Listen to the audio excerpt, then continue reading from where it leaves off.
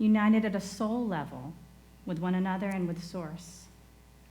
When we identify with the indwelling divine, which you're going to hear me associate with self, with a capital S, we feel connected. We sense our oneness.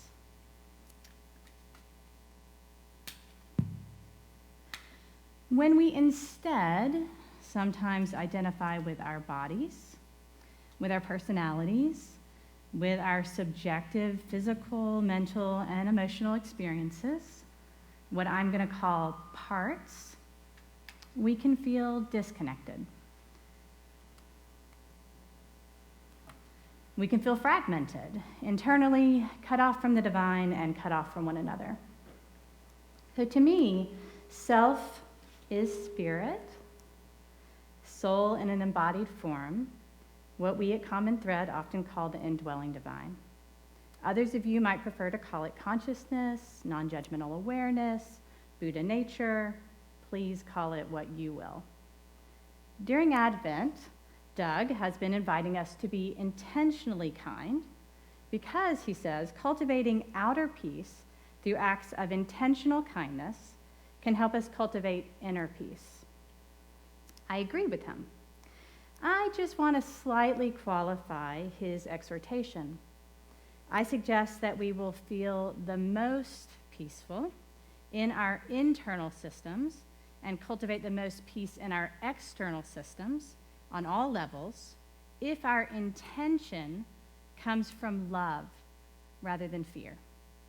I invite you to be kind because you authentically want to be, rather than because Doug or the inner critic in your head tells you that you should be. My therapist used to say to me, don't should on yourself. We all have manager parts that try to help us be good and do good. And those parts can be incredibly helpful to us and to others, but they can also be driven by fear. So I'm going to give us a different way to enhance peace within us and without us and between us. I'm going to invite us to be kind in a self-led way. So to that end, I want to introduce 8 core qualities associated with self: calm, compassion, confidence, courage, clarity, curiosity, creativity, and connectedness. Those are the 8 C's associated with self in a model of psychotherapy in which I'm trained called Internal Family Systems. I'll call it IFS for short. Much of what I present this morning comes from my training and my work as a licensed clinical mental health therapist, but some of it comes from experiencing the model as a client many years ago. Once upon a time, I was a depressed 20-something in an existential crisis. I was trying to heal from the sudden death of my mother, trying to finish a PhD to please my dead mother, and trying to have healthy relationships, even though those had not really been modeled for me. At the time, if you'd told me that I would be talking today about divine love, I would have scoffed. Part of me was very angry at God. But slowly, IFS has helped me find the indwelling divine again, and thereby heal my grief, finish my PhD, leave an unfulfilling career in academia, find a very fulfilling career as a therapist, and cultivate sustainable relationships, just to hit the highlights of my healing journey.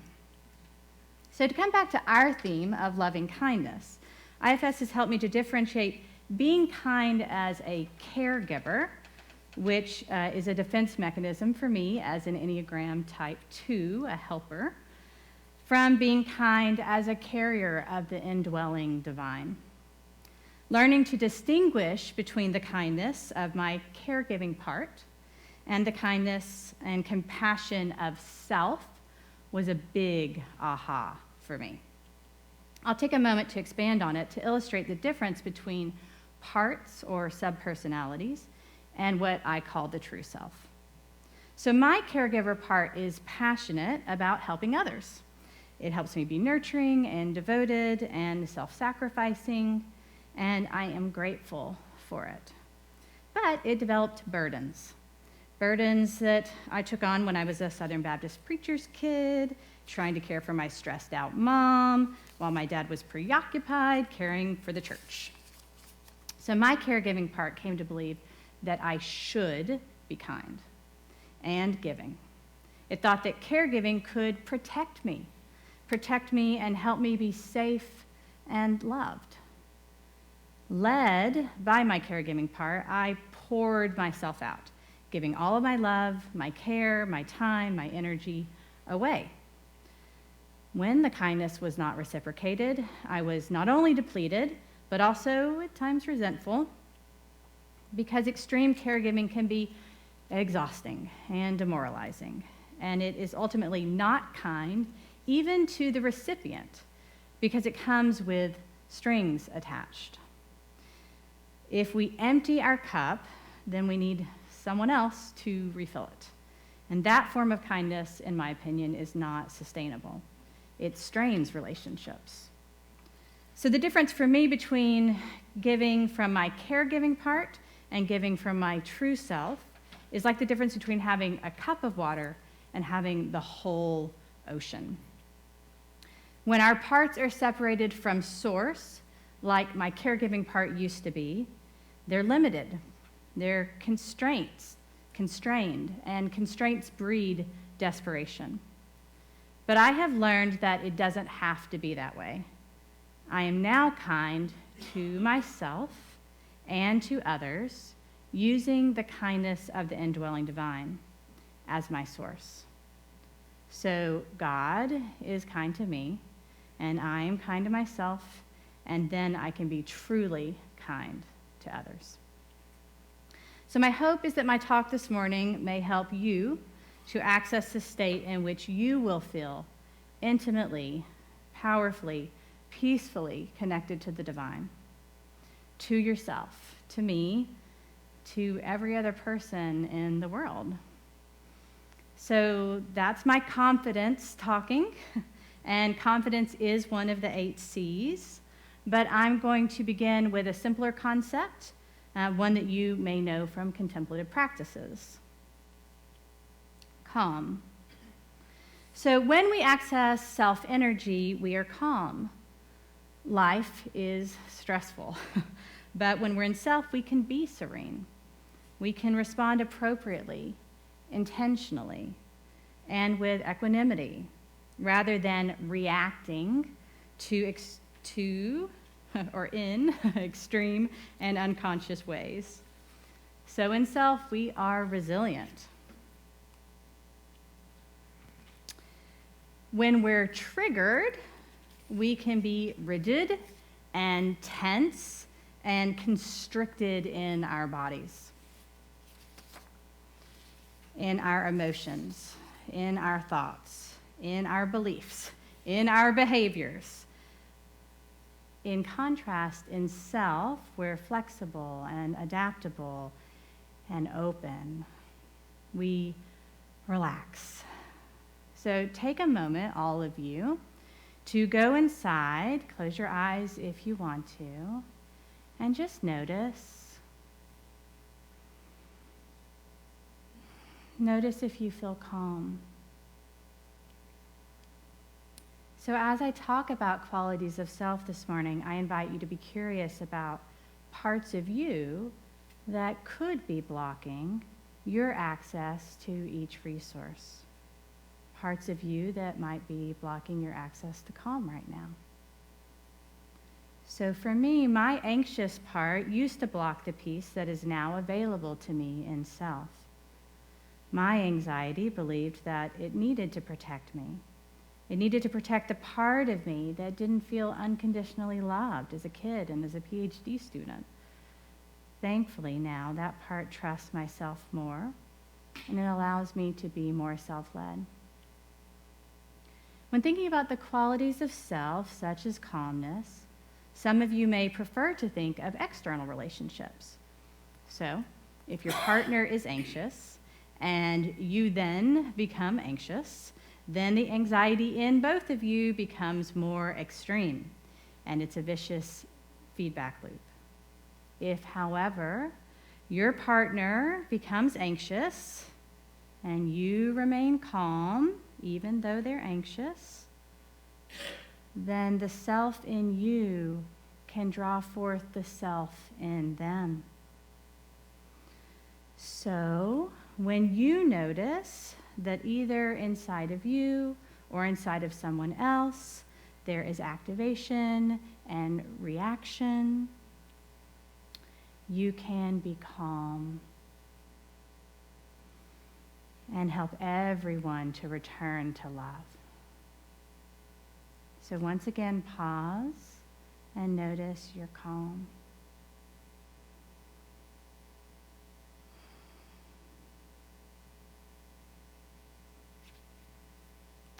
In self, we are not only calm, but we're also compassionate.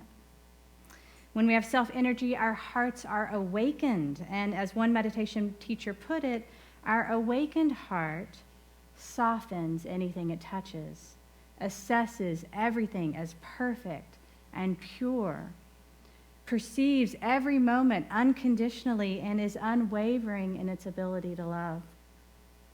With compassion, we lovingly approach ourselves and others, and even the activated parts of us and others. And we can calm down.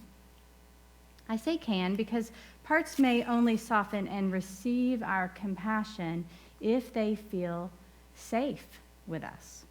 And it may take time to build that necessary trust. But that's okay, because in self we're patient. And we're not pushy. We don't have an agenda. We are present and responsive.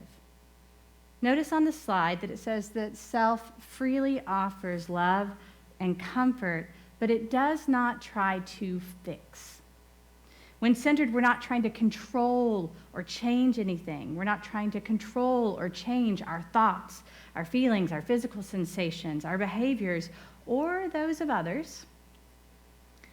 With compassion, we make space and we focus non-judgmentally. We really listen. We pay attention. We accept and appreciate whatever is, just as it is.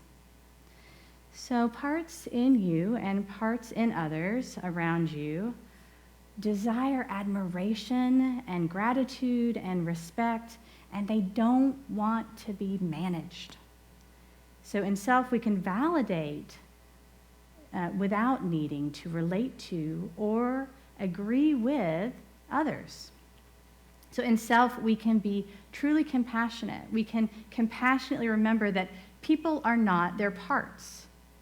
Parts are not the burdens that they carry, and others have a self that can relieve their own suffering. So pause again and see if you can notice your own compassion.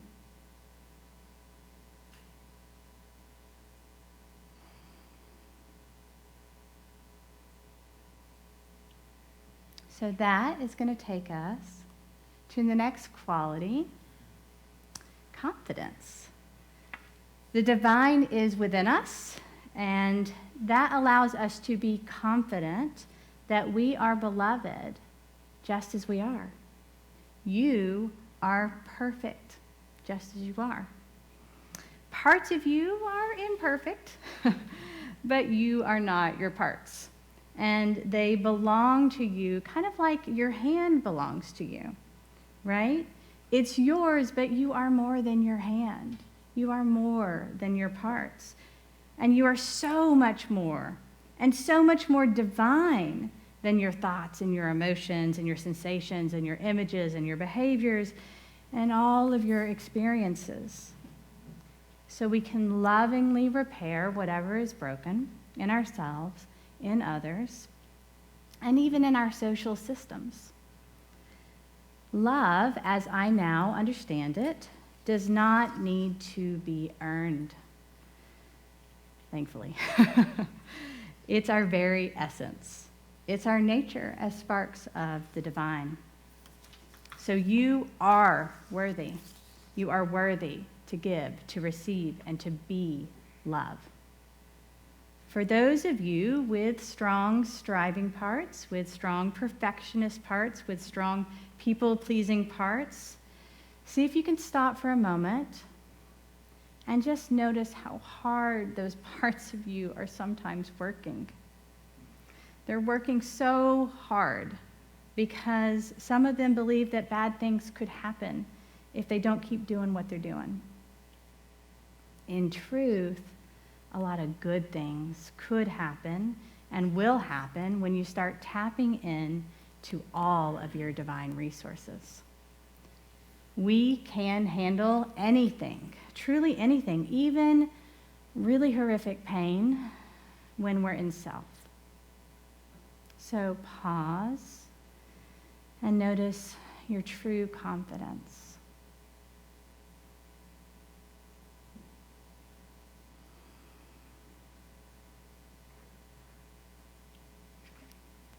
That will take us to the next quality of self, courage.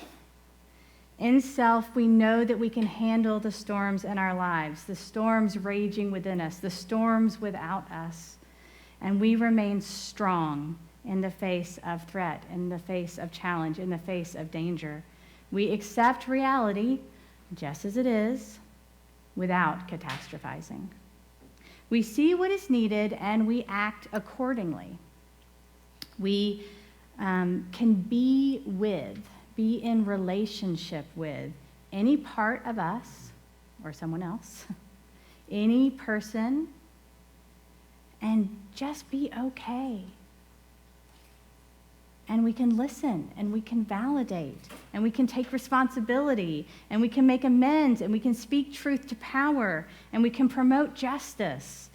Because in self, we courageously act to heal our internal systems, and our family systems, and our social systems. So pause and notice your own courage.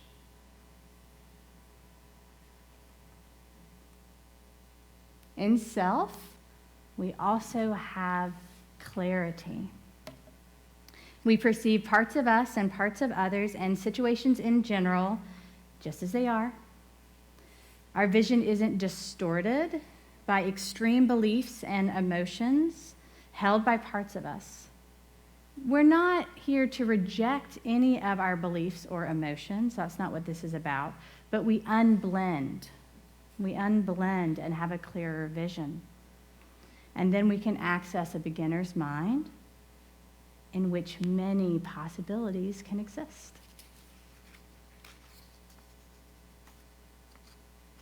Including the possibility, I will get to my next page. Pause and notice your own clarity.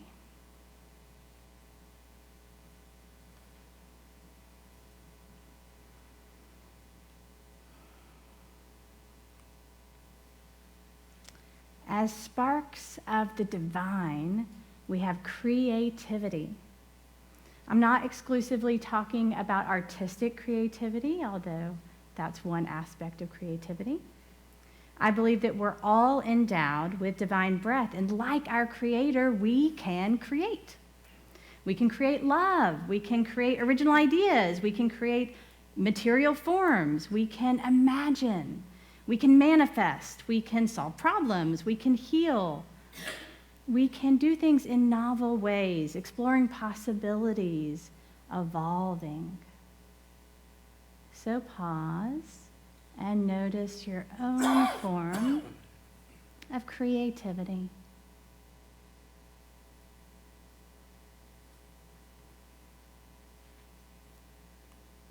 And as we tap into our imaginations, we become truly curious. With curiosity, we seek to learn something new about parts of us, about a topic, about a situation. So recall a time, perhaps, when you were in a new relationship and what it was like to be genuinely interested in knowing that person better. In self, we experience that same sense of wonder. Curiosity is often confused with thinking and analyzing because all of these things entail wanting to gather information and understand. But curiosity has an openness to it that's completely non-threatening. It expects nothing, it judges nothing. See if you can sense the energetic difference between those things, between being curious on the one hand and analyzing on the other hand. So for me, when I'm truly curious, I feel spacious and diffuse and light, and I feel loving energy sort of bubbling in my body.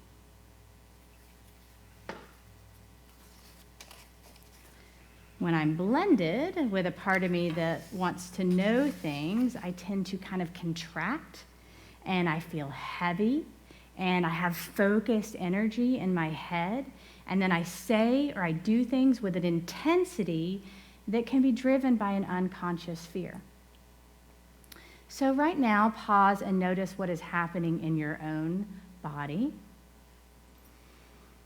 And just see if you are genuinely curious about anything that I'm saying, or if some part of you might be working kind of hard to figure out what I'm saying. See if you can sense the difference. And breathe. See if you can breathe in some divine breath and just let it soften and soothe all of your parts. And soften and soothe your body. And just relax. And bring your energy down out of your head, your beautiful thinking mind, but bring that energy down into a heart space. And pause and notice your own curiosity.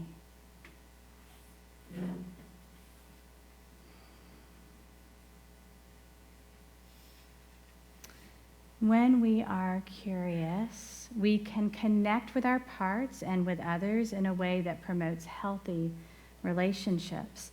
And that leads us to our final C of connectedness. If our closest relationships are healthy, then we are known and we are accepted just as we are. In one book I recently read, it described oneness as a loving relationship in which we are free to be vulnerable and free to be safe and free to give and receive love fully. And that is what self-led connectedness is like. It's trusting, it's unguarded, it's open-hearted, it's consensual, it's reciprocal. It's a sacred intimacy. And that sacred intimacy is what self can bring to our internal systems and to our external systems. So pause and notice our connectedness.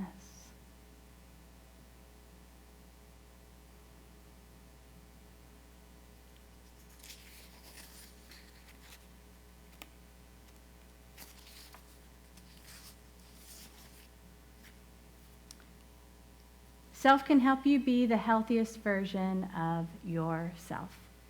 With self as our center of gravity, we heal, we integrate, we harmonize our relationships with ourselves and others.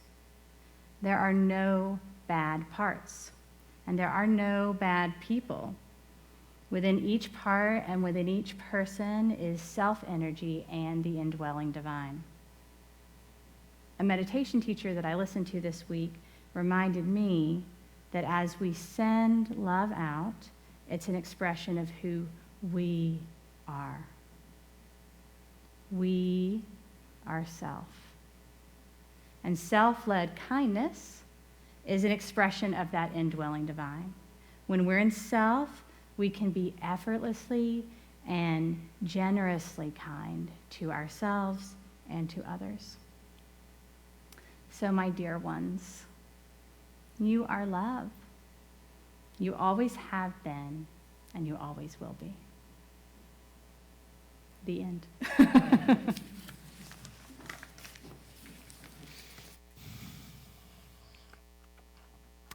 Well, if you would, please prepare your offerings. And we all give online now. You go to our website, commonthreadchurch.org/donate. It's up at the top. So you know that we're occupying our new space. You know that there are expenses associated with it. You know that we've been talking a lot about how we never have to done much for money when we all work on these things together. So please do that. And remember, as I say all the time, that when we invest in community, there's a good return on that investment. We give our love, we give our time, we give our energy, we give our dollars. And the community takes those resources, amplifies them, and gives them back to us in the form of a space in which we thrive, in which we flourish. So go to our website. It's easy to give. There's lots of different options. Those of you online, we're going to dismiss in just a moment. We're going to do What Are You Thinking here in the room. If you go to our website, you will find on the front page, go down to the bottom, a link that will take you to a Zoom version of What Are You Thinking? We'd love you to join it. The password to get into the Zoom is 1417. 1417. It's a great place to connect, a great place to get to know other people, and we're going to one of the things we're going to work on next year is developing our remote community further. A good place to start is to get to know some people there. So if your time's shifting, sorry, but if you're here live right now, today, Sunday, we'd love you to join us. That said, why don't we dismiss with those folks, if you would. Let's put our hands on our hearts and remember that we are, every one of us, carriers of the indwelling divine. We carry love and joy and peace and kindness. We carry that aspect that Julie called self. It is within us. And if you would extend your other hand to our city, let's look for opportunities to share what's already in us with the people that we live and work and go to school with, looking for opportunities to repair and heal our worlds. Amen. You all are dismissed. God's blessing on you. We are not dismissed. All right, Julie, come on up here.